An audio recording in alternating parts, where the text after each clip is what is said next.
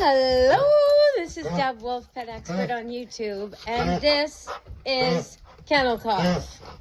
I'm making this video as a public health announcement to tell you and show you what kennel cough is. This is Fabio, and he was unlucky enough to spend some time with a guest who came and went from the kennel who had kennel cough.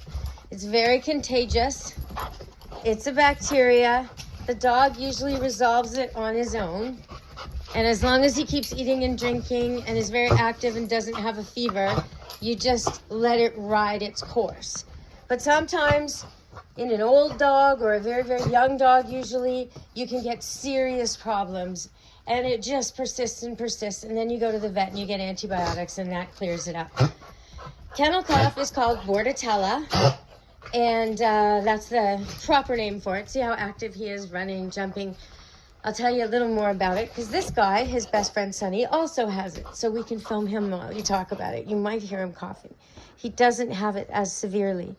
So every year when you get your annual vaccines, sometimes you need rabies, sometimes you don't.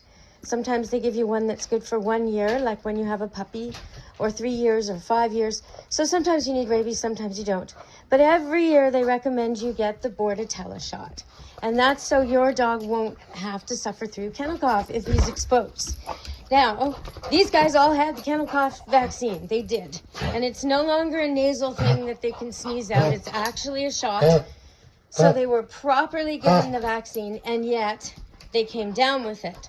Immediately, I separated them from all the guests, and they've not been walked with any guests since. And when I touch them or deal with them, I wash my hands after. And any bowls they use, or dishes or buckets, get they're for their use only. And there's no communal bucket sharing. And now down at the kennel, just as a protocol of safety, everything's being cleaned with a little bit of bleach as well. Floors, buckets, dishes, nothing's ever shared, but especially now. And we have been segregating everybody down there, even the group dogs, just to try and get a handle on this. So it's not spreading in the kennel. The one guest that came with it is leaving. And unfortunately, for some reason, Fabio got it. Now, the interesting part of this, I think, one of the interesting parts, is that all 3 of these dogs were vaccinated. And so this guy, Teddy, who's 8, you would think would already, he'd be the one who'd get it. He'd be weaker than, 3-year-old Fabio and 1-year-old Sonny. But that's not the case. Fabio came down with it the worst. And in fact, any of the older dogs did not get it. So what I'm guessing from that, come on back, guys. What I'm guessing from that is that just like with the flu shot, the vaccine has to match the strain.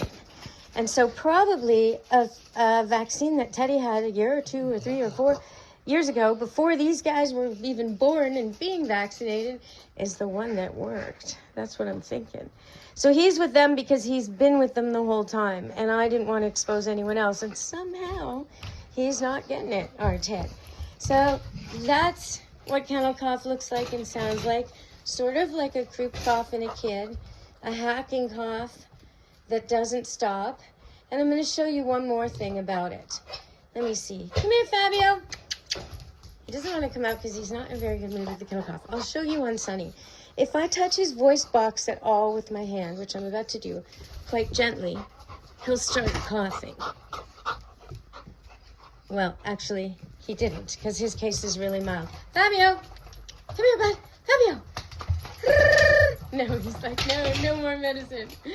Oh, buds. Well, I was going to show you. Here we go. Okay, Fabio's back. So if I touch his voice box, and I'm going to try and do that now, he should start coughing. There we go. Because it makes it very